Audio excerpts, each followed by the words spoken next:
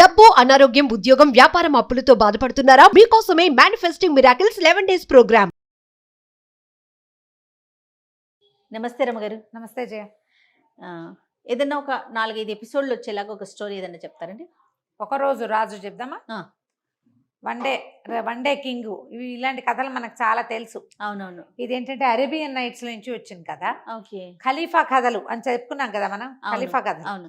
ఆ ఖలీఫా కథల్లోనే ఇది కూడా ఒకటి అనమాట. ఈయన పేరేంటి, హారూన్ అల్ రషీద్.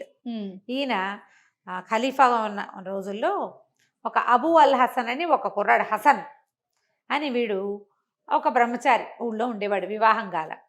అయితే ఇతనంటే ఒక వింతైన వాడు అనమాట. వీడు రోజు ఏం చేసేవాడు, అమ్మ అతనే, తండ్రి లేడు. ఒక రోడ్డు మీద అలా వ్యాహ్యాలికి నడుచుకుంటూ పోయి ఊళ్ళోకి వచ్చేందుకు ఒక వంతెన ఉండేది. ఆ ఊర్లోకి రావడానికి బాగ్దాద్ నగరంలో ఆ చివరి వైపు నుంచునేవాడు. ఎవరైనా ఊళ్ళోకి వస్తున్న వాళ్ళల్లో నుంచి ఒక ఆయన్ని సెలెక్ట్ చేసుకునేవాడు అతిథిగా. తన ఇంటికి తీసుకుపోయేవాడు. శుభ్రంగా వాళ్ళకి బాగా తినిపించి రుచికరమైన పదార్థాలు మరి బాగా తాగిచ్చి తెల్లవారు పంపించేసేవాడు. తెల్లవారు వాళ్ళు రాత్రే వెళ్ళిపోయేవాళ్ళు. ఆతిథ్యం ఇచ్చేవాడు. ఓకే. ఒకసారి ఆతిథ్యం ఇచ్చిన వాడికి రెండోసారి ఆతిథ్యం ఇచ్చేవాడు కాదు. వాళ్ళు ఎవరో తెలియనట్టుగా కూడా మొహం పెట్టేవాడు. ఆ ఒకరోజు ఎంత మనసిచ్చి ఉండేవాడో వాళ్ళతోటి, ఎంతో ప్రేమగా అతిథుల్ని అత్యద్భుతంగా చూసుకునేవాడు. ఒకసారి ఆతిథ్యం ఇచ్చిన వాడికి రెండోసారి ఇవ్వడు. అది వాడి సిద్ధాంతం. ఓకే. అయితే ఏమైంది, ఆ కాలంలో ఖలీఫాట దేశాన్ని, ఊరిని చూసుకోవడానికి బాగ్దాద్ నగరం అంతా తిరిగేవాడు. నెలకు 1 రోజో 2 రోజులో ఉంటుంది ఆ ప్రోగ్రామ్.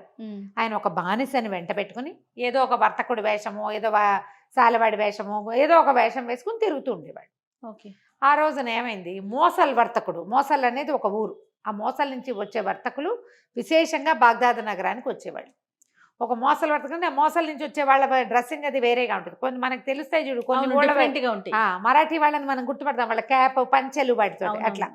ఈ మోసల్ వర్తకుడి వేషంలో ఈయన ఖలీఫా వస్తున్నాడు ఊళ్ళోకి. వస్తుంటే ఇతను చూశాడు. ఆయన వెనకాల ఒక దీర్ఘకాయుడుగా ఉన్న ఒక బానిస కూడా సహాయంగా ఉన్నాడు. ఆయనతో పాటు, రాజుగారితో పాటు వచ్చాడనమాట, ఖలీఫాతో పాటు. ఇతను నమస్కారం అని పలకరించాడు. వ్యాపారం పని మీద వస్తున్నారా, ఈ ఊళ్ళో మీకు తెలిసిన వాళ్ళు ఎవరైనా ఉన్నారా అన్నాడు. ఎవరు లేరంటే రండి రండి, మా ఇంటికి రండి, ఆతిథ్యం ఇస్తానంటే. ఇతని గురించి ఆల్రెడీ ఖలీఫా కొంచెం వినున్నాడు. ఎవరో కుర్రాడు ఇలా పై ఊళ్ళ నుంచి వచ్చే వాళ్ళకి ఆతిథ్యం ఇస్తాడు, ఒకరోజు ఆతిథ్యం. అదేమిటో తెలుసుకుందామనిపించింది. ఆయనకి ఏంటంటే వింత విశేషాలు, విడ్డూరమైన విషయాలు తెలుసుకోవటం ఆయనకి ఇష్టం.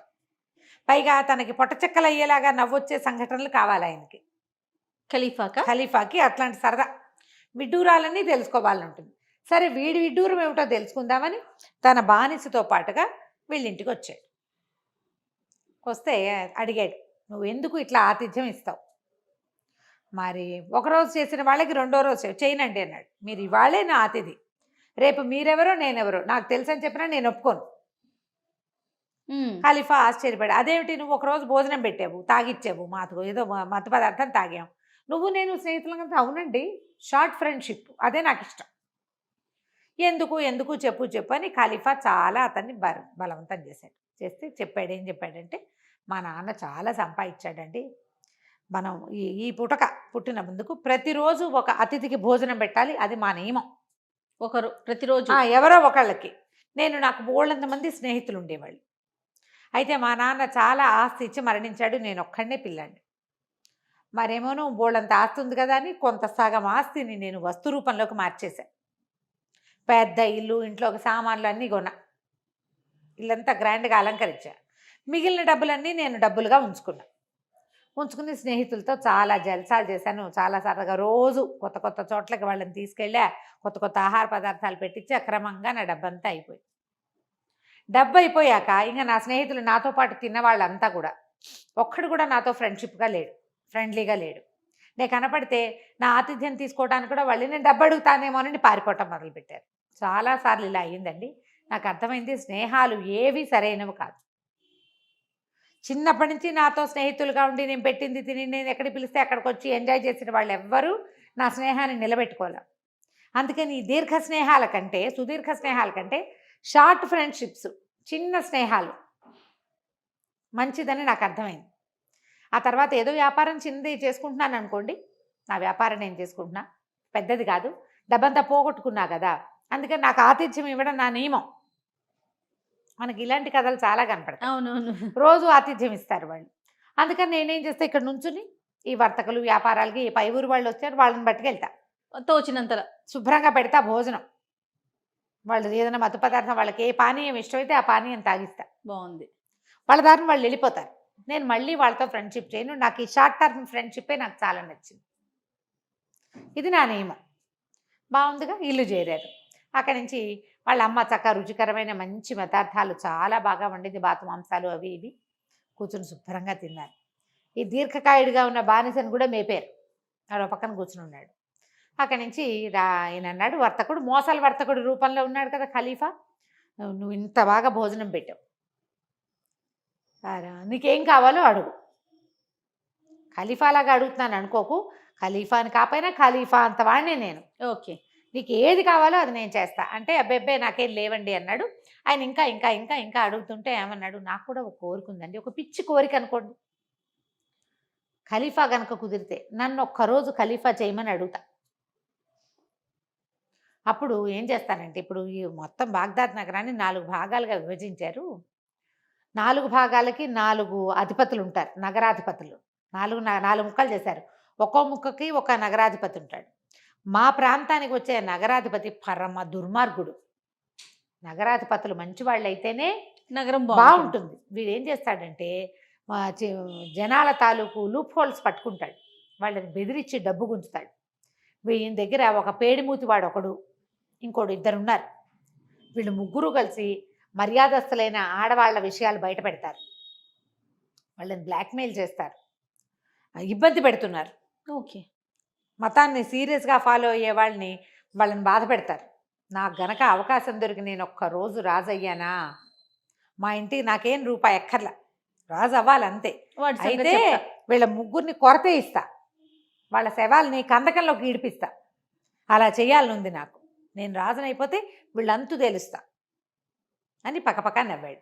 నవ్వి, మీరు భలేవారు, నేను ఏదో చెప్పా, ఇంకా నయం, ఈ పిచ్చి ప్రేలాపన ఎవరికి చెప్పకండి అన్నాడు. అన్నాక ఇద్దరు కలిసి కూర్చుని ద్రాక్షారసం తాగటం మొదలుపెట్టారు. తాగుతుంటే ఏం చెప్పాడంటే, మీరు కనుక మెలకొచ్చి వెళ్దామనిపిస్తే వెళ్ళిపోండి బయటికి, మీ దారిని మీరు. వాకిలి తలుపు వేయటం మాత్రం మర్చిపోబోకండి, తలుపేసేసి వెళ్ళిపోండి, మీ బానిసని తీసుకుని మీ దారిని మీరు అన్నాడు. బానిస కనిపెట్టు కూర్చున్నాడు. ఖలీఫా తాగుతున్నారు, ఈ అబూ హసన్ కూడా తాగటం మొదలుపెట్టాడు. ఇద్దరు కలిసి తాగుతుంటే ఈయన ఏం చేశాడు, మధ్యలో అతను చూడకుండా అతని పానీయంలో ఒక మత్తు పదార్థం కలిపేశారు ఖలీఫా. హసన్ కాస్త ఆ పానీయం తాగేసి ఒళ్ళెరక్కుండా పడిపోయాడు. తల్లి లోపల జనానాలో ఉంటుంది, ఆవిడ ఇట్లా బయటికి రాదు కదా, ఈ ముందు రూముల్లో ఉన్నారు వీళ్ళు. అక్కడి నుంచి బానిసని ఖలీఫా ఏమన్నాడంటే, వీడిని భుజాన్ని వేసుకో, తీసుకుపోదాం, ఈ ఇల్లు గుర్తుపెట్టుకో, నువ్వు మళ్ళీ నా ఆజ్ఞ చొప్పున ఇక్కడికి రావాల్సి ఉంటుంది అని చెప్పి భుజాన్ని వేసుకుని వాకిలి తలుపు వేయకుండా వెళ్ళిపోయారు. వాళ్ళ అమ్మ ఏమనుకుందంటే, పిల్లాడు తెగదాగేసి వాళ్ళతో కలిసి పోయాడు, తలుపు వేయకుండా పోయాడు అనుకుంది. ఎత్తు తీసుకుపోయాక ఒక రహస్య ద్వారం గుండా ఖలీఫా అంతఃపురంలోకి వెళ్ళిపోయాక అక్కడ లోపల ఉంటారు కదా ఈ అంతఃపురంలో వాళ్ళు, అరే వీడి బట్టలు మార్చేసేయండి, నేను రాత్రిపూట ఏ బట్టలు వేసుకుంటానో ఆ బట్టలు వేయండి, తెల్లవారేసరికల్లా వీడే మీ ఖలీఫా.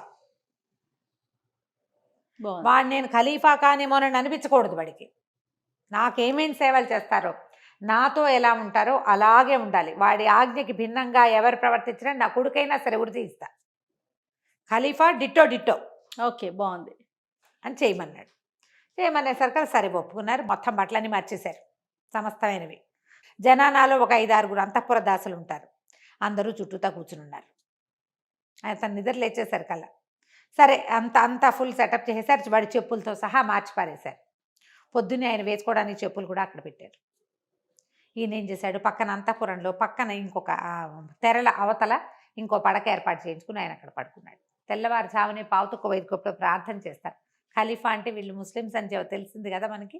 ఆ పొద్దున్నే చేయవలసిన ప్రార్థన ఉంటుంది కదా, ఆ ప్రార్థన వేళకి కొంచెం ముందే నిద్ర లేపారు. నిద్ర లేపితే వీళ్ళు లేచి చూసుకున్నాడు, నిర్ఘాంతపోయాడు. ఇదేమిటి, నేను ఇక్కడ ఉన్నాను, వాళ్ళు తలుపేయడం మర్చిపోయాడు ఆ వర్తకుడు, నేను ఎక్కడికో నడుచుకుంటూ వచ్చేసానా, ఎవరింటికి వెళ్ళిపోయానా అనుకున్నాడు. చూస్తే బట్టలు అవి ఏంటో వింతగా ఉన్నాయి. పాలనురుగు లాంటి పక్క, ఏమిటో వాయిద్యాలు, చుట్టూతా ఆడవాళ్ళు, గందరగోళంగా ఉంది. ఖలీఫాకి జయం అంటున్నారు మధ్య మధ్యలో వాళ్ళు. వాడు నిర్ఘాంతపడు, ఓరి నా అమ్మ కొడుకు అని చెప్పుకుంటాడనమాట. నేను ఖలీఫానేమిట్రా, నీ ముద్ద నువ్వెవడివిరా అంటే తమరు ఖలీఫాయే అంటాడు. నిద్ర లేచి చూసుకున్నాడు. వీడు నిర్ఘాంతపోవటం, చేతులు గిల్లుకోవటం, ఓ బానిసని దగ్గరికి పిలిచి నా వేలు కొరుకు అని వేలు కొరికించుకుంటాడు. అయ్యి బాబోయ్ అనుకుని, ఇదేమిటి నేను ఇక్కడ ఎలా ఉన్నాను, నేను ఖలీఫా ఎలా అయిపోతాను, నేను అబూ అల్ హసన్ అంటారు. కాదు మీరు ఖలీఫాయేనని చెప్తారు వాళ్ళు. అక్కడి నుంచి చెప్పులు తెచ్చి పెడతారు. ఆ చెప్పులు చూస్తే అదేమో మేలిమి ముత్యాలు కుట్టున్నాయి చెప్పులు నింట, ముఖమల చెప్పులు. ఆ చెప్పుల్లో కాళ్ళు పెట్టడానికి కూడా వాడు బోళ్ళంత విన్యాసం. వీళ్ళంతా పగలబడి లోపల నవ్వొస్తుంటుంది, వాళ్ళు నవ్వు బిగబెట్టుకుంటారు. ఆ తెరల అవతలు ఉన్న ఖలీఫా ఇదంతా చూస్తూ ఆయన విరగబడి నవ్వుకుంటూ ఉంటాడు. ఎంజాయ్ చేస్తున్నాడు ఆయన. వీడు నేను ఖలీఫాని కానుగాక కానంటాడు కానీ ఇంకేం చేయాలో తెలియదు. అక్కడి నుంచి జఫరు మస్రూఫో ఏదో తమాషా పేరు, మసూర్, వాళ్ళిద్దరు సార్. జఫర్ అని ఆయనేమో ఖలీఫా తాలూకు మంత్రి, మసూర్ ఏమో ఆయన కత్తి పుచ్చుకునే అంగరక్షక దళం మొదటివాడనమాట. ఆ కత్తి పుచ్చుకుంటాడు. వాళ్ళు కూడా వచ్చేస్తారు, సంగీతాలు పాడుతూ ఉంటారు. అంతా గందరగోళంగా నిద్ర లేపుతారు. ప్రార్థన సమయం అయిపోతుంది. ఎవరైనా పొద్దున్నే లేచి ప్రార్థన చేయవలసిందే. అవును. సరే లేవదీస్తారు, శుభ్రంగా స్నానం చేయిస్తారు. మంచి ఆ బట్టలు చూస్తే ఖలీఫా బట్టలు తెలిసిపోతున్నాయి, నువ్వు ప్రత్యేకమైన బట్టలు, చీనాంబరాలు. సరే బట్టలు వేసుకుంటాడు. ఖలీఫా ఎలా అయిపోయాను నేను, అబూ అల్ హసన్ నుంచి ఆ వర్తకుడు తలిపేయటం మర్చిపోతే నేను ఎక్కడికో నడిచి వచ్చి స్వర్గంలోకి వచ్చేసాను అనుకుంటాడు. ఇతను ఏం చేశాడో మనం వచ్చే భాగంలో తెలుసుకుందాం. అబూ హసన్ అతన్ని ఖలీఫాని చేశారు. సరే స్నానం చేశాడు, ప్రార్థన చేసుకున్నాడు. అతని అనుమానాలు, అతనికి ఇదేమిటి నేను ఇలా ఎందుకున్నాను అనిపిస్తుంది, ఖలీఫానేమో అనిపిస్తుంది, నేను ఖలీఫానేమిటి అని కూడా అనుకుంటాడు. చేతి వేలు చూస్తే ఇవి నావే, కానీ బట్టలు ఖలీఫా. ఇదంతా వీళ్ళెవరో ఉన్నారు ఇక్కడ, ఏమిటో గందరగోళం. అక్కడి నుంచి ఏం చేశాడు, సరే దివానికి వేళైంది అని పిలిచారు. ఈ మస్రూర్ ఒకతను, జఫర్ మంత్రి, మస్రూర్ ఏమో ఈయన అంగరక్ష దళానికి అధిపతి, రాజుగారి కత్తి పుచ్చుకుంటాడు. ఎవరు ఏమిటి అంటే చెప్పాడు, మీరు ఏమంటారు హారూన్ అల్ రషీద్, మీరు 5వ తరానికి చెందిన రాజు, మాకు దేవుడు. నేనేమో మీ కత్తి పుచ్చుకునేందుకు అవకాశం వచ్చినటువంటి ఒక బానిసని, నేను మీ కత్తి నేను పుచ్చుకుంటాను. మస్రూరు బాగా ఫేమస్, ఊళ్ళో అందరికీ తెలుసు, రాజుగారి కత్తి పుచ్చుకుని నడిచేవాడు. అతను తన ముందు నుంచోటం ఏమిటనేది వీడికి ఆశ్చర్యంగానే ఉంది, కానీ ఇంకా చేయగలిగేది ఏముంది. సరే ఖలీఫానే అనుకున్నాడు. ఏవో రకరకాల పదార్థాలు పెట్టారు, అన్నీ తిన్నాడు. దీవానికి వేళైందన్నారు, వెళ్ళాలి. తీసుకుపోయారు. తీసుకెళ్తే ముందు కత్తి పుచ్చుకుంటూ మస్రూర్ నడుస్తున్నాడు. అంతా బానిసలు జెండాలు పుచ్చుకున్నారు. ఖలీఫా జిందాబాద్ అంటున్నారు. హారూన్ అల్ రషీద్ ఖలీఫా జిందాబాద్ ఇలాంటివి వినిపిస్తున్నాయి. ఏదో ఎక్కడ నడుస్తున్నాడో మబ్బుల్లో తేలుకుంటూ పోయాడు. ఆ పైన ఎక్కి కూర్చున్నాడు. ఆ కత్తిని ఇట్లా ఒక ధర్మదండం లాంటిది ఏదో పెట్టారు. అదేంటంటే తీర్పులు చెప్పే సమయం అనమాట. ఓ దండం అతని కాళ్ళ మీద పెట్టారు, కూర్చుని ఉన్నాడు. సరే వాళ్ళు ఒక్కొక్కళ్ళు అవి ఇవి చదవటం మొదలెట్టారు. ఫర్మాన్ అంటే కొత్త ఫర్మానాలు జారీ చేయాలి, ఆల్రెడీ ఏదైనా జరిగిన దాని మీద శిక్షలు వేయాలి. ఖలీఫా గారు వెనకాలే ఉన్నాడు పరదాల చాటు నుండి. వీడు చెప్పే తీర్పులు అవి చూసి ఆశ్చర్యపడి, వీడు చాలా తెలివైన వాడు, అది తెలివి తక్కువ వాడు, పిచ్చి నిర్ణయాలు కాదు. ఈ రోజున ఇతనే ఖలీఫా. ప్రజలకి అందరికీ ఇతని మొహం స్పష్టంగా కనపడదు. ఒక పెద్ద అంగరఖ వేస్తారు, ఒక నెత్తి మీద ఒక క్యాప్ పెడతారు, దాని మీద ఒక కుర్చీ ఇట్లా వేళ్లాడుతుంటుంది. మొహం బాగా తెలీదు. ఖలీఫా పొట్టైపోయాడు, పొడుగైపోయాడు, లావైపోయాడు, సన్నమైపోయాడు, ఆ డిఫరెన్స్ ఏం తెలియదు. చుట్టుపక్కలంతా జనం ఉంటారు. ఈయన ఎక్కి ఆ గద్దె మీద కూర్చుంటాడు. దూరం నుంచి చూసేటప్పుడు ఆ నగలు అలంకారంతో అలాగే కనపడతారు కదా. అవును. దాంతో ప్రజలు వచ్చిన వాళ్ళు కూడా ఎవ్వరూ మాట్లాడలేదు. ఆయనే ఖలీఫా కింద నడిపించేస్తాను అనమాట. అక్కడి నుంచి చెప్పాడు. అహ్మద్ అని ఒకడిని పిలిచాడు. అతను ఎవరంటే ఈ మన నగర రక్షక దళం దాని హెడ్. నేను వెళ్ళి మన నగరంలో, బాగ్దాద్ నగరంలో ఫలానా పేటలో ఫలానా వీధిలో ఫలానా ఒకడు ఉంటాడు, వాడితో పాటు 2 ఉంటారు. ఒక బట్టతలవాడు, ఒక పేరు మూతివాడు, ఇవే పేర్లు ఉంటాయి ఆ పుస్తకంలో. వాళ్ళ పట్టుకో, వాళ్ళ ముగ్గురికి గుళ్ళు గీయించు, ఒంటి మీద తిరగా బొరలా కూర్చోబెట్టి, వాళ్ళు అంటే ముందుకు ముఖం కాకుండా వెనక వైపుకి ముఖం కూర్చోబెట్టి వాళ్ళ ముగ్గురిని ఊరేగిచ్చు, మెళ్ళలో చెప్పులు దండలేసి. తర్వాత వాళ్ళల్లో వాడిని పేటకు అధిపతి ఎవడైతే నగరాధిపతి ఉన్నాడో వాడిని కొరతేయచ్చు. వాడి శవాన్ని చచ్చిపోయాక కొరతేసిన తర్వాత చచ్చిపోతాడు. చచ్చిపోయిన శవాన్ని మన దీంట్లోకి అగర్తలోకి తోసేయి. తర్వాత ఏమో 2 ఉన్నారు కదా, వాళ్ళకి తగిన శిక్ష విధించు. అక్కడి నుంచి చాటింపు వేయి నగరంలో. ఏమిటి, ఎవరైతే మర్యాదస్తులకి మర్యాదగా భంగం చేస్తారో, కులస్త్రీలకి చెడుపు చేస్తారో, ఇతరులని బాధిస్తారో వాళ్ళకి ఇదే శాస్తి. ఖలీఫా చేయమన్నాడు, ఇదే చేస్తాం. ఇక ముందు ఇదే జరుగుతుంది. ఎవరైనా వీళ్ళ మీద ఎవరి మీదైనా ఒక ఫిర్యాదు ఇచ్చి వీళ్ళు ఇలా ప్రవర్తిస్తారంటే వాళ్ళకి ఈ శిక్షను అమలు చేయి, రాసుకో కాగితం అన్నాడు. ఆయన అహ్మద్ చూశాడు మస్రూర్ కేసు. మస్రూర్ తలుపాడు, రాసేసుకో ఖలీఫా చెప్తోందని రాసేశారు. అక్కడి నుంచి ఇంకోటి చెప్పాడు. ఇంకో కాసేపు ఆలోచించుకున్నాడు ఇతను రషీదు, కాదు మన హసన్.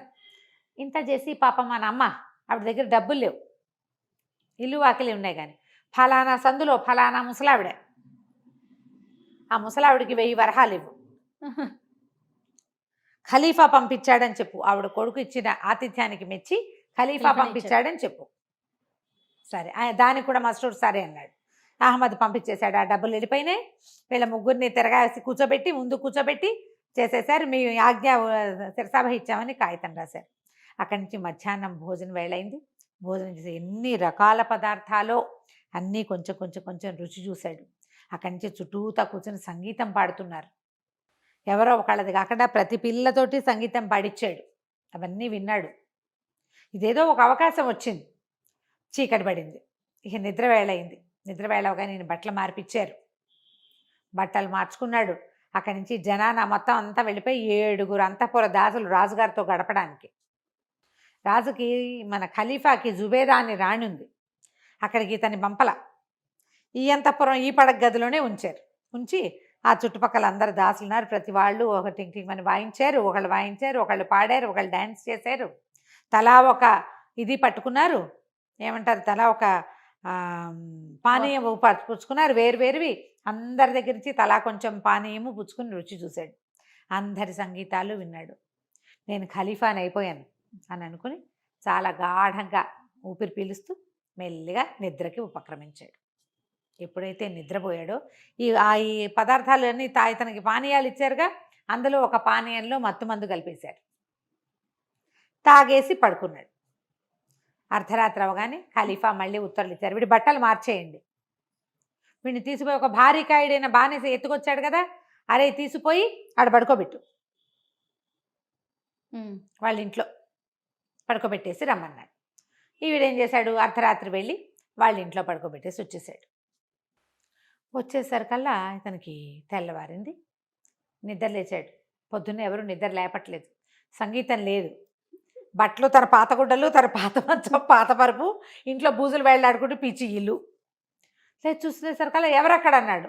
గన్నా, నాకు పానీయం అందించారు. గన్నా లేదు, పొన్నా లేదు, అక్కడ నిర్ఘాంతపోయాడు. నేను ఖలీఫా అని అన్నాడు. వాళ్ళ అమ్మ వచ్చింది లోపలికి. ఎక్కడికి పోయి వచ్చి పడుకున్నావురా రాత్రి అంటుంది. నేను ఎక్కడికి పోవటం ఏంటి, నేను ఖలీఫా అల్ రషీద్ని చెప్తున్నాడు. ఆ పేరు హారూన్ అల్ రషీద్, నేను ఖలీఫా అని అన్నాడు. అనగానే అమ్మ నువ్వు నీదుంపదగా అవేం వాగుడురా, ఎవరైనా వింటే పరుగు పోతుంది, జైల్లో పడిపోతావు, పిచ్చివాగుడు బాకంటేస్తే ఎవరితే ముసల్దానా నువ్వు అంటాడు వాళ్ళ అమ్మని. ఎవరు ఏమిటి అంటే ఎంతసేపు నేను ఖలీఫా అని అంటాడు. వాళ్ళమ్మ ఒరే తాగేసావా, ఏం తాగేవురా, ఇలాంటి పిచ్చివాగుళ్ళు బాగుతున్నావు, చుట్టుపక్కల వాళ్ళు ఎవరైనా నేనే రాజుని నేనే ఖలీఫా అని అన్న మాటలు విన్నారంటే రాజభట్లకు చెప్తే మెత్తగా తంతారురా, నిన్ను పిచ్చాసుపత్రిలో పడేస్తారా అంటే నువ్వే పిచ్చిదానివి. నిన్న రోజంతా నేను ఖలీఫాగా ఉన్నా, నేను ఫలానా ఆజ్ఞలు వేశానంటే అవును రోయ్, మన నగరాధిపతి ఉన్నాడు కదా ఈ పక్కన, మన పక్క నగరాన్ని చేసేవాడు, వాడిని వాడి 2 సేవకుల్ని గుండ్లు కొరిగిచ్చారు, చెప్పులు దండేసి ఒంటి మీద వెనక్కి తిరిగి కూర్చోబెట్టి ఊరేగిచ్చారు, వాడిని కొరతేశారట. వీళ్ళిద్దరికి 400 కొరడా దెబ్బలు వేయమన్నాడు ఈయన. మొదట 400 కొరడా దెబ్బలు తగిలి చచ్చి పడున్నారు. వాళ్ళిద్దరు చచ్చలేదు, చచ్చేలాగా ఉన్నారు. వాడేమో చచ్చిపోయాడు. అనగానే నిర్ఘాంతపెట్టి అదేంటి నేను వేసిన శిక్ష, అది నే కదా ఆ శిక్ష వేసింది, నువ్వేటివేట్రా నీ బొంద తాగి పడుకున్నావు నువ్వు అంటుంది వాళ్ళమ్మ. కాదు నేనే వేశానంటాడు. అంతలో గుర్తొచ్చింది, ఖలీఫా అంటే గుర్తొచ్చింది. నిన్న ఖలీఫా పంపించమన్నారని 1000 నాణాలు ఇచ్చారంటే హాత్తేరిక నేనే నీకు పంపించాలి, అయితే నువ్వెవరితో ముసల్దానివి, ఖలీఫాకి ఎలా తెలుసు, నువ్వు మా అమ్మవి కాబట్టి నేను ఖలీఫాగా ఉన్నాను కాబట్టి నేను పంపించాను. ఆవిడ నిర్ఘాంతిపోయింది. ఏం చేయాలో అర్థం కాదు. వీడి పిచ్చెక్కిపోతున్నాడు. నా పాదరక్షలు ఏమంటాడు, నా బట్టలు ఏమంటాడు, ఈ పిచ్చిగుడ్డలు ఏమిటంటాడు, ఈ మంచం ఏమిటంటాడు. ఆవిడికి లాభం లేదు అని చెప్పి కేకలు పెట్టి నా పిల్లాడికి పిచ్చి, వీడి మాటలు వింటే ఎవరైనా వీడిని జైల్లో వేయిస్తారు, వీడికి పిచ్చని మనమే చెప్పామనుకో గొడవపోతుందని కేకలు పెట్టి చుట్టుపక్కల ముసలి దాన్ని కొట్టాడు కూడా వాడు. నేను ఖలీఫాని అంతే, నన్ను చెంపలు వాయిచ్చేసాడు. కేకలు పెట్టి నా పిల్లాడికి పిచ్చకపోయింది అది. వారా వీరా అందరి చేరే నీకేమొచ్చిందిరా మాయరోగం, మీ అమ్మని కొట్టడం ఏమిట్రా, ఎంతో బాగా చూసుకుంది పాపం, తాగేసి పడుకుని ఇలా పిచ్చి ప్రాలపన వెళ్తున్నావు అంటే ఆ శిక్షలు ఖలీఫా వేసిన శిక్షలు నేనే వేశానంటే ఒప్పుకుంటారా? పైగా ఖలీఫాని దేవుడి బిడ్డగా భావిస్తారు వాళ్ళు, భగవంతుడి తాలూకు ఏమన్నా దూత అంశగా భావిస్తారు. అక్కడి నుంచి కొత్తగా నగరాధిపతిగా వచ్చిన వాడు ఓ 2-3 పిచ్చి డాక్టర్లను, పిచ్చి కుదిర్చే డాక్టర్లను వెంబడి పెట్టుకొచ్చారు. లోపలికి వచ్చారు. వాడు ఎన్నిసార్లు ప్రశ్నించినా నేనే ఖలీఫాని, నేను ఉంగరం పెట్టుకున్నాను, నేను గాజులు వేసుకున్నాను, నేను చెప్పులు వేసుకున్నాను అంటాడు. వాళ్ళు అన్నారు, వాళ్ళు ఏం చేశారంటే తీసిపోయి వీళ్ళకి ఆ ఊళ్ళో ఒక పిచ్చాసుపత్రి అయితే చిత్తభ్రమ కలిగిన వాళ్ళని వేసేది, అందులో తీసిపోయి పిచ్చెక్కినట్టు చావగొట్టు వదిలిపెట్టారు. అయ్యయ్యో, కొడితే కానీ వాడు మత్తు దిగదే, మరి కొట్ట నీళ్ళు పోయా, కాస్త ఒళ్ళారాక మళ్ళీ 4 దెబ్బలు కొట్టా, మళ్ళీ నీళ్ళు పోయా, పిచ్చి తగ్గించడానికి. విపరీతంగా దెబ్బలు తిన్నాడు. ఒక రోజంతా అక్కడ ఉన్నాక 2 రోజులకు వాడికి అనిపించింది నాకు కళ వచ్చింది బహుశా. కానీ కళ వచ్చింది సరే, కళ్ళలో నేను పెట్టిన ఆజ్ఞ ఎట్లా కరెక్ట్ అయింది, నేను ఇచ్చిన ఆజ్ఞ ఎట్లా 1000 నాణేలు మా ఇంటికి వచ్చినాయి, కానీ మిగిలిందంతా కళ్ళలాగానే ఉంది. సరే మెల్లిగా మనసు కుదుర్చుకున్నాడు. ముసల్దే మా అమ్మ, నేను హారూన్ అల్ రషీద్ని కాదు, అబూ అల్ హసన్ని అంతే అని మెల్లిగా కుదుర్చుకున్నాడు. సరే వాళ్ళ అమ్మకి చెప్పారు, మీ వాడికి కొంచెం పిచ్చి కుదిరిందని. వాళ్ళ అమ్మ పోయి కొడుకు దగ్గరికి వెళ్ళి, నేరా నాయన అంటే, అమ్మ నన్ను క్షమించవే, ఏమిటో నాకు అలా కళ్ళు వచ్చింది అంతేను, సరే పద ఇంటికి వెళ్ళిపోదామన్నాడు. ఇంటికి తీసుకొచ్చింది. నెల పట్టింది వాడు తేరుకోవటానికి. ఒక రోజున మళ్ళీ వెళ్ళి వంతెన దగ్గర నుంచున్నాడు. వీడి కర్మానికి మళ్ళీ ఖలీఫా తిరిగే రోజు వచ్చింది. ఆయన తిరుగుతాడు కదా నెలకు 1-2 సార్లు. ఆయన దూరం నుంచి వస్తున్నాడు. వస్తుంటే వీడు గుర్తుపట్టేశాడు. వీడు ఒకసారి ఆతిథ్యం ఇచ్చిన వాళ్ళని గుర్తుపడతాడు కదా, కానీ వాళ్ళ జోలికి వెళ్ళడం. ఆయనేమో వీడికేసే చూస్తున్నాడు, వీడు అటు చూస్తున్నాడు, ఇది చూస్తున్నాడు, ఇక్కడ చూస్తున్నాడు అనమాట. అయితే తెముడా బాగున్నావా అని పలకరించాడు. ఆయన సంతోషంగా పలకరించాడు. పలకరించిన ఎవరో నాకు తెలియదు అన్నాడు. అదేమిటి నాకు ఆతిథ్యం ఇచ్చితివి, మరి నీకు మనసులో కోరిక కూడా నాకు చెప్పావు కదా, ఖలీఫా కావాలనుకుంటున్నానని. అనంగానే విడిపోయింది. అమ్మా వీడొచ్చిన రోజే నాకు ఇలా అయింది. అర్థమైంది. తను తలుపేయకుండా వెళ్ళిపోయాడు. నేను ఎక్కడికో వెళ్ళిపోయా, వాకిలి తలుపేయలా, నేను ఎక్కడికో నడిచి వెళ్ళిపోయా, నాకేదో జరిగింది, వీళ్ళ వల్లే జరిగింది అని ఇంకా నేను ఆతిథ్యం ఇవ్వనన్నాడు. ఆయన బతిమలాడాడు ఖలీఫా.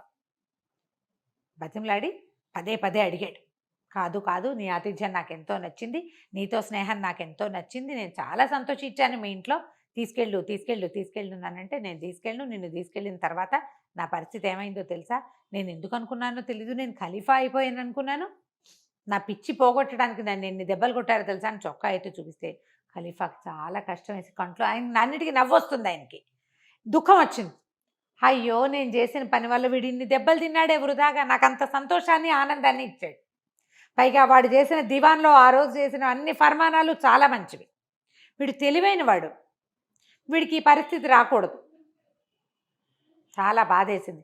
బతిమిలాడాడు, నన్ను తీసుకెళ్ళవా, మీ ఇంటికి తీసుకెళ్ళవా అని బతిమిలాడితే తన అలవాటుకి భిన్నంగా తన వ్రతాన్ని వదిలిపెట్టుకుని ఆ మోసల్ వర్తకుడి వేషంలో ఉన్న ఖలీఫాని మళ్ళీ తన ఇంటికి తీసుకుపోయాడు. ఇంటికి తీసుకెళ్ళాడు. వాళ్ళమ్మ రుచికరమైన పదార్థాలు చేసి పెట్టింది, చక్కగా తిన్నారు. ఈయన మళ్ళీ ద్రాక్ష రసంలో మత్తుమందు కలిపేశాడు. కలిపేసేసి వాడికి ఇచ్చేసాడు. తాగేసి పడిపోయాడు. మళ్ళీ హసన్ పడిపోగానే ఈయన బానిసని వీడిని ఎత్తుకుని పదరా వెళ్దామన్నాడు. వాడిని తీసుకుపోయారు. తీసుకుని వెళ్ళారు. తీసుకెళ్ళి అంటే అప్పుడు చెప్పాడనమాట, నీకు పెళ్లి చేసుకోవాలని లేదా, అది లేదా ఇది లేదా అని అడిగాడు. ఎందుకు చేసుకోవాలని లేదు, పెళ్లి చేసుకోవాలని ఉంది, కాకపోతే ఏంటంటే నాకు ఇలా పిచ్చిగా వీళ్ళని చేసుకోవాలని లేదు, బాగా నాలాగానే మంచి ఊహలు, చక్కగా కవిత్వం, నాకేంటి తినడము, తాగటము, అతిథులతోటి కాలక్షేపం చేయటము, కవిత్వం రాసుకోవటము, సంగీతం వినటం అలాంటివి ఇష్టం. అలాంటి టేస్ట్ ఉన్న వాళ్ళనైతేనే చేసుకుంటా. ఏదో ఇళ్లలో ఉండి ఎంతసేపు ఏడ్చి గందరగోళం చేసి అది కావాలి ఇది కావాలి పీడిచ్చేవాళ్ళు, వాళ్ళతో నాకు కుదరదంటాడు. సరే నేం చేశాడు, ఎత్తుకొని పదమని ఈసారి రహస్య ద్వారం గుండా కాకుండా రాచమార్గం గుండానే ఈ హసన్ని తీసుకుని బానిసతో సహా ఖలీఫా రాజభవనం అంతఃపురంలోకి తీసుకుపోయాడు. పడుకోబెట్టారు, బట్టలు మార్చేశారు. మళ్ళీ తెల్లారగానే గుంపు అంతా తయారు. ఈసారి జఫర్ కూడా వచ్చేసాడు, మంత్రి గారు కూడా. ఓకే. అందరూ వచ్చారు. ప్రార్థనకు వేళైంది, నిద్ర లేవండి అని. ఈయన పక్కన ఇంకొక గదిలో పడుకున్నాడు. వీడు లేవగానే వచ్చింది మళ్ళీ కల, వాడు అనుకుంటున్నాడు అనమాట, మళ్ళా వచ్చింది.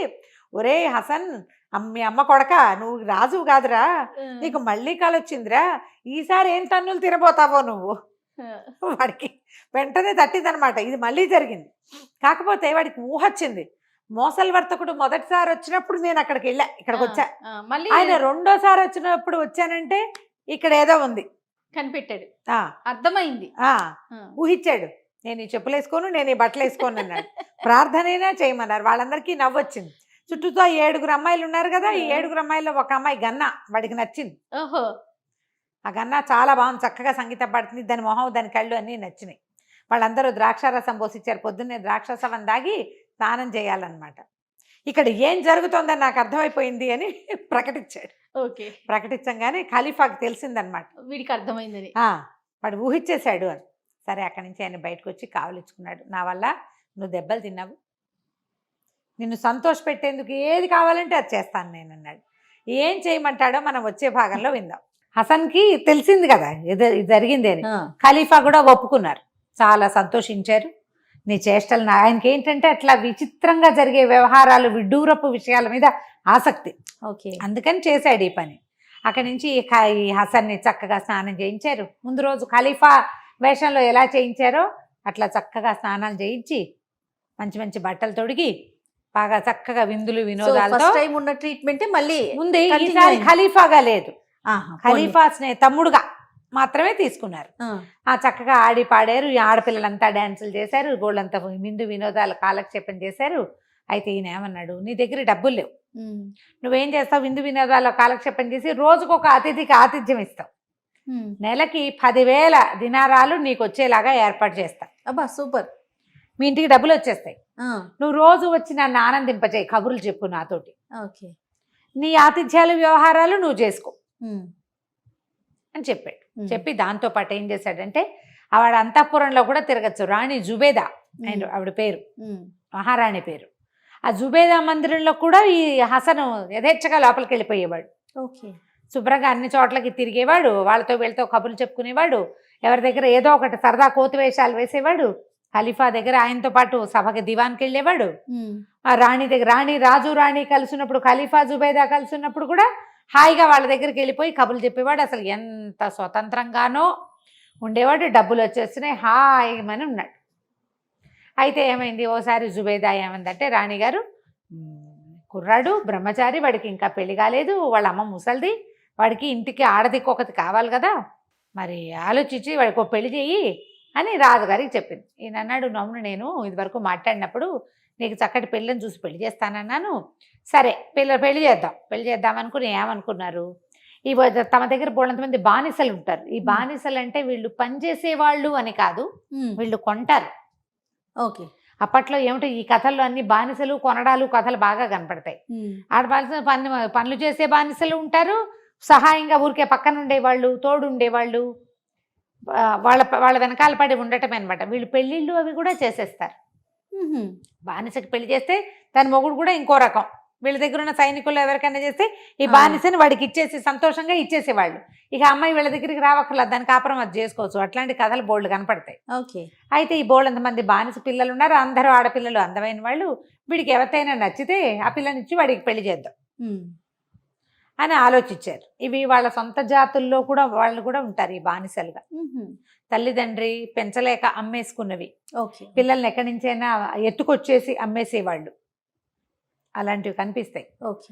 ఈ కథల్లో చాలా ఉంటాయి. మా నాన్నకి 14 మంది పిల్లలు, అందులో మమ్మల్ని 5గురు నమ్మేశాడు, అలాంటి కథలు కూడా కొన్ని కనిపిస్తాయి.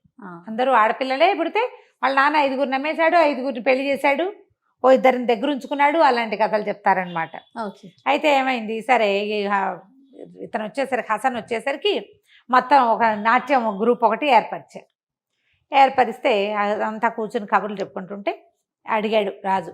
ఖలీఫా అడిగాడు అనమాట, ఏరా అబ్బాయి పెళ్లి చేసుకుంటావా నువ్వంటే, ఎందుకు చేసుకోనండి, పెళ్లి చేసుకుంటాను అన్నాడు. ఎట్లాంటి పిల్ల కావాలరా నీకు, అందమైన పిల్ల కావాలంటే అది అందమైనదే కాదండి, నాకు హాయిగా తింటాం, చక్కగా రుచికరంగా చక్కటి ద్రాక్ష సవం తాగటం, విందు వినోదాలతో కాలక్షేపం చేయటం, ఆ తర్వాత అతిథి పూజ, తర్వాత కవిత్వం, చక్కగా సంగీతం విని కవిత్వాలు రాసుకుని ఒక కొత్త పాట కట్టి దానికి మ్యూజిక్ చేయించి అవంటే ఇష్టం.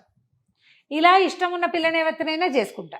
రిక్వైర్మెంట్స్ అయితే చాలానే ఉన్నాయి. చాలానే ఉన్నాయి. అంతేగాని ఇళ్లలో ఉండి ఎంతసేపు అది తీసుకురా ఇది తీసుకురా, పప్పు కావాలి ఉప్పు కావాలి నగలు కావాలి నాణ్యాలు కావాలి, ఈ వ్యవహారం పడదండి మనకి. ఓకే. అలా వాళ్ళు కాదు, ఇలా వాళ్ళు కావాలి. ఇద్దరు సరదాగా కాలక్షేపం చేసే వాళ్ళు కావాలి. ఉన్నదాంతోటే ఉంటాం. అదేదో కావాలి ఇదేదో కావాలి అనకూడదు. పిల్లలు కావాలి వెంట వెంటనే పిల్లలకి అంటూ ఉండాలి, అలా అది కూడా పనికిరాదు. ఓహో. ఒక మన జాతిలో పుట్టినవాడు ఎన్నిసార్లు నమాజ్ చేయాలో అన్నిసార్లు నమాజ్ చేసుకోవాలి, అది నియమం. అతిథిని పూజించాలి, అది నియమం. దానం చేయాలి, నియమం. ఆ 3 నియమాలు తప్పకుండా ఇలా సరదాగా ఉండాలి అనేసరికల్లా సరే ఈయన అన్నాడు, ఈ పిల్లల్లో ఎవరినైనా ఒక పిల్లని చేసుకుంటావా, అలాంటి పిల్ల ఎవరైనా ఉందా జుబేదా అని అడిగాడు.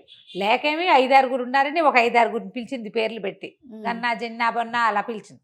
వరుసగా ఒక 5 ఆడపిల్లలు వచ్చారు. వీళ్ళ 5 సంగీతం వచ్చు, కవిత్వం వచ్చు, బుద్ధిమంతులు, చక్కగా నమాజ్ చేసుకుంటారు అని చెప్పేసరికల్లా ఆ 5 ఆ గన్నా ఒకటి ఉంది, వీటికి ఇష్టం అమ్మాయి అంటే. ఆ పిల్ల బాగుంటుంది కానీ ఆ పేరు చెప్పలా. గన్నా కావాలని అడిగితే ఖలీఫా ఆయనకి ఎప్పుడు తిక్క తీరుతుందో తెలీదు, ఎందుకు వచ్చింది. అయితే ఆయన ఏమన్నాడు, సరే ఒక్కొక్క పిల్లకేసి చూసి ఇది బాగుందా ఇది బాగుందా ఇది బాగుందా అని అడిగాడు. ఆ గన్నాన్ని చూసేటప్పుడు వీడి మొహం వెలిగింది.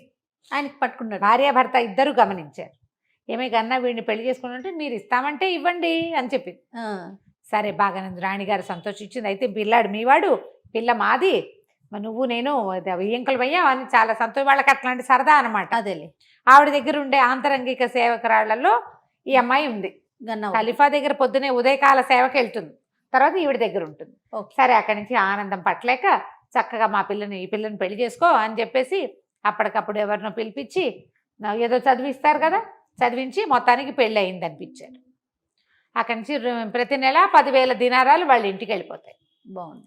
ఈ డబ్బులు పుచ్చుకుని చక్కగా ఆ పూట ఇచ్చిన పెళ్లిలో ఇచ్చిన బహుమతులన్నీ పుచ్చుకుని 2-3 రోజులు అక్కడే స్వీట్లు హాట్లు తింటూ మందిరంలోనే కాలక్షేపం చేసి ఖలీఫా భవనంలోనే తర్వాత వాళ్ళ ఇంటికి పోయారు. ఇక ఏముంది, డబ్బులు వస్తున్నాయి, వండుకుంటారు, తింటారు, తాగుతారు, తిరుగుతారు, డాన్సులు గీన్సులు చేసుకుంటారు, వచ్చిన వాళ్ళకు వండి పెడతారు. రోజులు గడిచిపోతున్నాయి, ఆనందంగా కాలక్షేపం చేస్తున్నారు, ఎంజాయ్ చేస్తున్నారు. క్రమంగా ఏమైందంటే అలా మొదట్లో ఈ సరదాలు ఉంటాయి. తర్వాత ఏమవుతుంది, కొంచెం మొనాటనీ మొదలవుతుంది. ఖలీఫాకి ఏవో వేరే ఇబ్బందులు వచ్చినాయి. ఆయన వీళ్ళ సంగతి మర్చిపోయాడు. వీళ్ళకి వచ్చిన డబ్బులే తప్పిస్తే రావాల్సిన డబ్బులు రావడం ఆగిపోయింది. డబ్బులు రాలా, ఏదో ఉన్నవే మనవే అట్లా వాడుకుంటూ ఉండేవాళ్ళు. కొంతకాలానికి డబ్బులు అయిపోయినాయి. అయ్యో. అయిపోయేసరికల్లా ఇక ఏదో కాలక్షేపం చేసేవాళ్ళు, ఎట్లా కొట్లా ఉన్నవి మనవి ఏవో పాతవి అమ్ముకునేవాళ్ళు. క్రమంగా ఏమీ అమ్మడానికి మిగల, మొగుడు పెళ్ళాం ఇద్దరే మిగిలారు. అబు అలీ హసన్ ఏదో వాడి పేరు, హసను, ఆ అమ్మాయి గన్నా. ఒకరోజు సాయంత్రం చెప్పాడు, గన్నా మన దగ్గర డబ్బులన్నీ అయిపోయినాయి, మనకు వేరే దారి ఏం లేదు, వెళ్ళి అడుగుదామా అంది. అడిగితే ఏమంటారో మనకు తెలీదు. ఆయన ఇచ్చిన నాళ్ళు పుచ్చుకోవాలి, మనం ఇవ్వట్లేదు, ఇప్పుడు అడగలేము, ఇంకేముంది మనకి దారి, చచ్చిపోదామంది. అయ్యో రామ, చచ్చిపోదాం అన్నాడు హసనే. ఇంకేముంది దారి ఇప్పుడు మనకి డబ్బులు వచ్చే దారి లేవు, ఉద్యోగాలు లేవు, వ్యాపారాలు లేవు, వ్యవసాయం లేదు. వాళ్ళు ఇచ్చిన డబ్బులు ఇచ్చినట్టు తినేసాము, తాగేసాము, తిరిగేసేసారు అంతే. మనమేం కొని పెట్టుకోలేదు. ఆస్తులు పాస్తులు ఏర్పరిచి పెట్టుకుంటే వాటిని అమ్ముకుంటే డబ్బు వస్తుంది, పొలం కనుక్కుంటే వ్యవసాయం చేస్తే డబ్బు వస్తుంది, వ్యాపారం మొదలు పెడితే వ్యాపారంలో డబ్బు వస్తుంది. తినేస్తే ఏమొస్తుంది, ఏమి రాదు కదా. మరి ఇంకేం చేద్దాం, చచ్చిపోదామంటే ఈ అమ్మాయి ఏంది, కావాలంటే నువ్వు చచ్చిపో, నేను మాత్రం చచ్చిపోను, నాకు చచ్చిపోవడం అంటే భయం అనేసరికల్లా ఇద్దరు నెత్తి మీద చేతులు పెట్టి కూర్చున్నారు. ఏం చేయాలి. సడన్గా ఒకటి తట్టింది హసన్కి. ఇద్దరం చచ్చిపోదామే అన్నాడు. అనేసరికి నీ కడుపుడక, నీతో పాటు నన్ను కూడా చంపాలని చూస్తున్నావు, నువ్వు పోతే పో, 4 ఏడుపులు ఏడ్చి నేను పోయి మళ్ళీ జనాలలో చేరిపోతా రాజుగారి దగ్గర. నాకు వలసిన పని ఇదివరకు అట్లాంటి పెద్ద పనులు చేయలేను, మొగుడు పోయాడు కాబట్టి ఏదో పని చేసుకుని అక్కడే ఉంటాను అనేసరికి అలా కాదే, నేను చచ్చిపోక్కర్లా, నువ్వు చచ్చిపోక్కర్లా, నీ ఆట నువ్వు ఆడు, నా ఆట నేను ఆడతా, మనకు కావాల్సినవంతా డబ్బులు, మనకు కావాల్సినవి డబ్బులకి ఏమీ లేదు, ఈజీ మెథడ్ నేను చెప్తానని దాని చెవులు కొరికాడు. ఇద్దరు ఆలోచించుకున్నారు, ఇది చాలా బాగుంది. అక్కడి నుంచి ఏం చేసింది, భర్తను పడుకోబెట్టేసింది, మక్కా వైపుకి కాళ్ళు పెట్టి పడుకోబెడతారు, అలాంటిది ఏదో ఒక వాక్యం ఉంది, నాకు గుర్తు రావట్లేదు, కానీ అలాంటిదే. చనిపోయిన వాళ్ళు ఎటు దిక్కు పడుకోబెట్టాలో ఆ దిక్కును పడుకోబెట్టారు. ఓకే. అక్కడి నుంచి వీళ్ళు చనిపోయిన వాళ్ళ మీద చుట్టడానికి ఒక ప్రత్యేక వస్త్రం ఒకటి ఉంటుందిట, ఆ వస్త్రంలో చుట్టింది వాడిని. చుట్టేసి అక్కడి నుంచి నెత్తి నోరు బాదుకుంటూ రాణి జుబేదా దగ్గరికి వెళ్ళిపోయింది. ఓహో అని ఏడ్చింది. ఆవిడ తెలపోయి, ఎందుకే ఇట అయిపోయావు, ఏమైపోయావే? అది పైగా ఏం చేసింది, కాటుకు పెట్టుకుంటుంది కళ్ళ నిండా, తడి చేయి చేసుకుని కాటుకుని ఇలా లాగేసుకుంది కిందకి. అక్కడి నుంచి చున్నీని పైన నెత్తి మీద కప్పుకుంటుందిగా, అదేమో 2-3 పీలికలు అయ్యేలాగా చింపుకుంది. ఆ కాటికి చార్లు ఇక్కడ కొంచెం పూసుకుంది. చూడంగానే బీభత్సంగా కనపడుతుంది. ఇలా దిబోమని ఏడవటం మొదలు పెట్టింది. ఇక ఏడుస్తుంటే ఆవిడ నిర్కాంతిపోయింది. అయ్యో చందమా వంటి పిల్ల ఇలా అయిపోయిందే, కాటికే అంటిపోయింది అనిపించట్లా. ఏడుస్తోంది కదా, గుండెలు బాధేసుకుంటోంది, తెక్కొట్టేసుకుంటోంది. ఏడుస్తుంటే ఏమైందే ఏమైందే, ఎందుకే ఏడుస్తున్నావు? అంతఃపుర స్త్రీలంతా ఏడ్చారు దాంతోపాటు. ఒకళ్ళు ఏడిస్తే మిగిలిన వాళ్ళు ఏడుస్తారు. ఇన్ని రోజులైంది, ఏడాది అయిపోయింది కాపురానికి వెళ్ళి, ఏమొచ్చిందే, నిన్ను వాడు కొన్నాడా, ఏం చేశాడు, ఎన్ని కొట్టలేదు, ఉన్నది చచ్చిపోయాడు అక్కయ్య అని మళ్ళీ ఏడవటం మొదలుపెట్టి. వాడు చచ్చిపోయాడన్న మాట వినంగానే జుబేదా కూడా చతికిలు పడిపోయింది రాణిగారు. అయ్యో ఎంత చక్కటి వాడు, ఎంత సరదా అయిన వాడు, వాడికి ఈ మధ్య కళ్ళబడలేదు అనుకున్నాం, కంటపడకుండానే పోయాడా అని ఆవిడ కూడా ఏడవటం మొదలెట్టింది.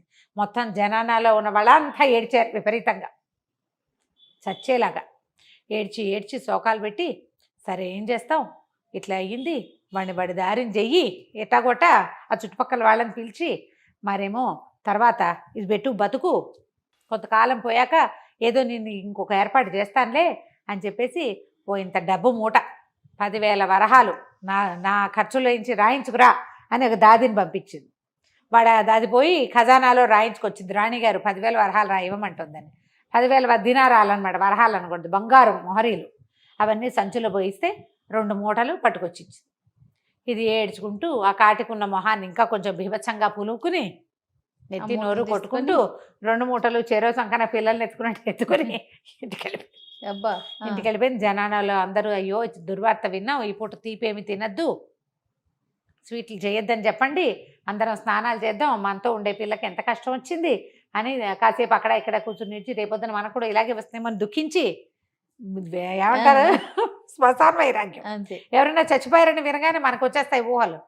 శ్మశాన వైరాగ్యంతో మొత్తానికి అన్ని రకాలుగా దుఃఖించారు. అది పోయింది. ఇంటికి లేచి పరిగెత్తుకుంటూ లోపలికి వెళ్ళిపోయింది. ఓ హసన్ మొగడా, లేరా నాయనా, ఇదిగో వచ్చేసినాయి డబ్బులు అనగానే, దీంతో సరిపెట్టుకుంటే ఎట్లా, జాగ్రత్తగా వాడుకోద్దాం, నువ్వు ఓ పని చెయ్యి అని చెప్పి ఈసారి దాన్ని పడుకోబెట్టాడు భార్యని. పడుకోబెట్టి అక్కడి నుంచి ఏ దిక్కుకు శవాన్ని ఏ దిక్కుకు పడుకోబెట్టాలో ఆ దిక్కు వైపుకి తిప్పాడు. తన మీద అది కప్పిన బట్టని మొత్తానికి చుట్టేసేసాడు. ఈ 10,000 వరహాలు తెచ్చిందిగా 2 బ్యాగులు, అవి తీసి లోపల పెట్టి నెత్తి మీద చేతులు పెట్టుకుని ఖలీఫా దగ్గరికి బయలుదేరాడు. ఏం జరిగిందో వచ్చే భాగంలో చూద్దాం. అసలు వాడి తెలివి చూడండి, ఒకళ్ళేమో భర్త దగ్గరికి, ఒకళ్ళేమో భార్య దగ్గరికి. ఎందుకంటే వీళ్ళు ఒక ఇంట్లో ఉండరు, ఆయన మందిరం వేరు, ఆవిడ మందిరం వేరు. చెప్పుకోరు రమ్మగారు కలిసినప్పుడు, ఎప్పుడో చెప్తారు, ఆ లోపల మన పబ్బం గడిచిపోతుంది కదా, మన పబ్బం గడిచిపోతుందిగా. అంతే. గన్నా చచ్చిపోయింది, ముందు హసన్ చచ్చిపోయాడు, ఇప్పుడు గన్నా చచ్చిపోయింది. వీడు ఏం చేశాడు, భార్యని దక్షిణ దిక్కు వైపు తలకాయ పెట్టి అలా పడుకోబెట్టేసి ఆ బట్టను దానికి చుట్టేసి తీసుకెళ్ళాడు. అక్కడి నుంచి తీసుకెళ్ళాలా, ఇంట్లో ఎవరైనా వచ్చి చూస్తే చచ్చిపోయిందని సాక్ష్యానికి, ఓహోహో సాక్ష్యం కోసం అక్కడి నుంచి వంటింటికి వెళ్ళి 2-3 ఉల్లిపాయలు ఉంటే ఉల్లిపాయలు కసకస కోసి ఆ రసం వల్ల కళ్ళలోంచి నీళ్లు గారుతుండగా జుట్టు అడ్డదిడ్డంగా పీక్కుని, మెళ్ళ ఉండాల్సిన పూసల పేరుని సగం తెంపేసుకుని, చొక్కా అడ్డదిడ్డంగా లాక్కుని, తర్వాత వాళ్ళ ఆవిడవే కాటిక మరకలు 2 జుబ్బాకి పూసుకుని నానా గందరగోళం చేసి మొత్తానికి ఆడాళ్ళు అయితే ఏడుపు కొట్టు మొహాలు కనపడతాయి, మొగాళ్ళ మొహాలు ఎలా కనపడతాయి.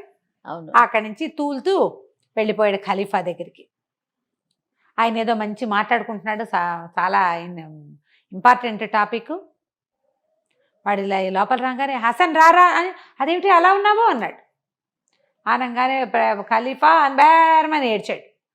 కాంతపోయాడు, ఏమైపోయింది ఏమిట్రా నాయన అలా ఎందుకున్నావంటే, ఇక ఏడ్చాడు. ఖలీఫా దివాన్ నుంచి దిగేసేసి పరిగెత్తుకుంటూ వచ్చి వాడిని కావలించుకుని యథాశక్తి వీడు ఏం చేశాడంటే 2 ఉల్లిపాయ ముక్కలు జేబులో కూడా వేసుకొచ్చుకున్నాడు.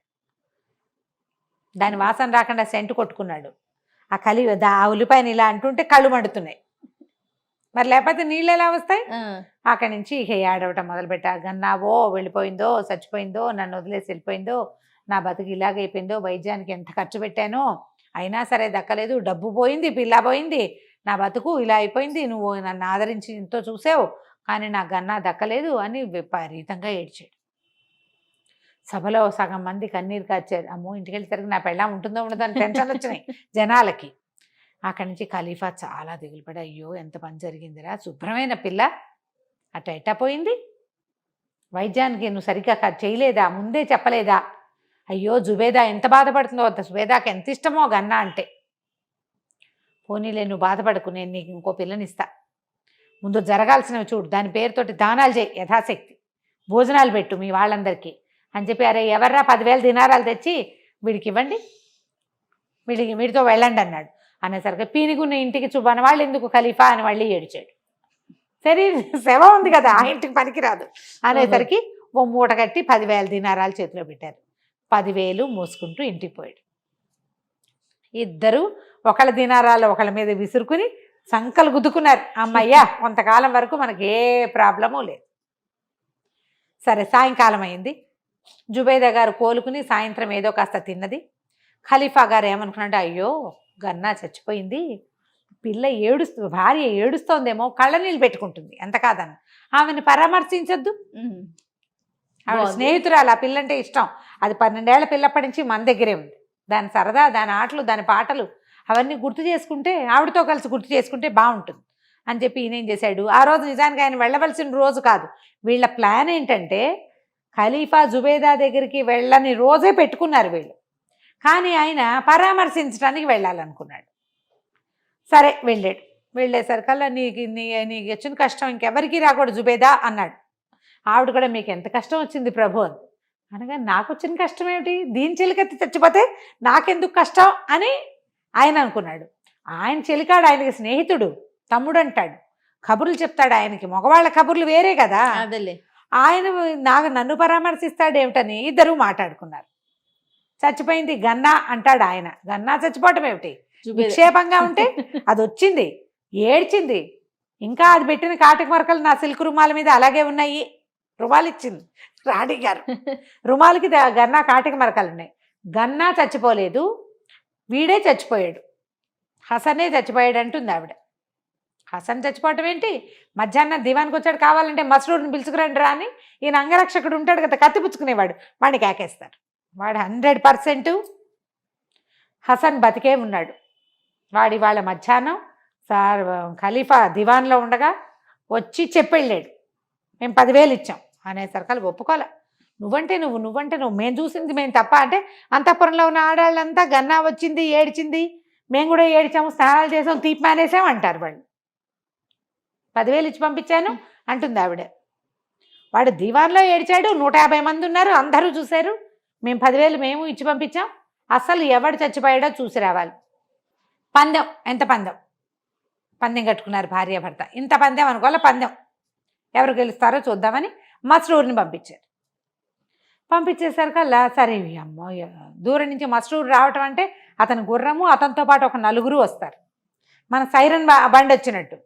వీళ్ళిద్దరూ డబ్బులు వెరజిమ్ముకుని కబుర్లు చెప్పుకుంటున్నారు, స్వీట్లు తెచ్చుకుని తినేశారు, కబుర్లు ఆడుకుంటున్నారు, మొగుడు పెళ్ళని ద్రాక్షతార దాక్కుంటూ. ఏమిటో ఏదో శబ్దం వినపడుతోంది అని పైకి పరిగెత్తుకుంటూ వచ్చి చూశాడు. ఇంకేముంది, మస్రూర్ వచ్చేస్తున్నాడు. ఇప్పుడు నువ్వు చచ్చిపోయిన సాక్ష్యం ఉండాలి అని చెప్పి గబగబా సామాన్లు సర్దేశారు. దాని నోట్లో ఆఖరి మైసూర్ పాకును కుక్కి దాన్ని పడుకోబెట్టి చుట్టూతా అమ్మాయి మీద గుడగప్పేశాడు. నెత్తి మీద చేతులు పెట్టుకుని కూర్చుని ఉన్నాడు. మస్రూర్ లోపలికి వచ్చాడు. వచ్చి ఏరా ఇంకా శవాన్ని తీసుకెళ్ళలేదా అన్నాడు. వాళ్ళందరికీ కబురు చేశాను, మస్రూర్ ఇంకా రాలేదు, ఖలీఫా దయవల్లే ఇవన్నీ జరగబోతున్నాయని బేరమని ఏడ్చాడు. మస్రూర్ వాడిని కావలించుకుని ఓదార్చి, నీ పని నువ్వు చేసుకో అని చెప్పి వెనక్కి వెళ్ళాడు. చీకటి పడుతుంది.